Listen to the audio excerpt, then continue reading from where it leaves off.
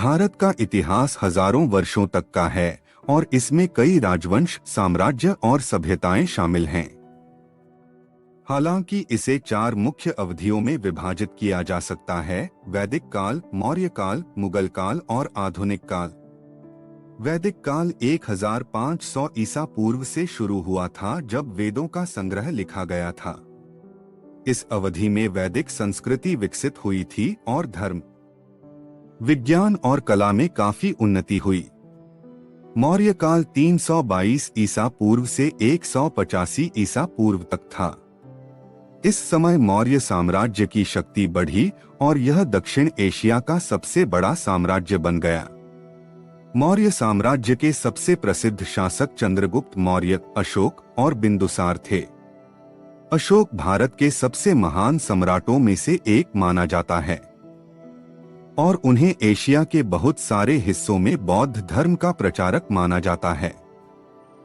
मुगल काल 16वीं सदी की शुरुआत से 19वीं सदी के अंत तक चला।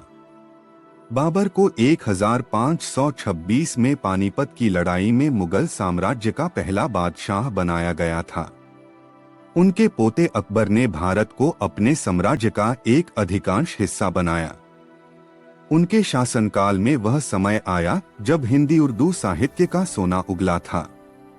जहांगीर, नूरजहां और शाहजहां जैसे शासकों ने भी भारत को समृद्ध किया और अपनी विविध संस्कृतियों को यहाँ लाया। 19वीं सदी के बाद से ब्रिटिश इंडिया कंपनी के आने से भारत का इतिहास एक नया मोड़ लेता है। भारत अब एक ब्रिटिश साम्राज्य का हिस्सा बन गया था। इस समय भारतीय स्वतंत्रता आंदोलन का आरंभ हुआ, जो 1947 में भारत की आजादी के साथ समाप्त हुआ।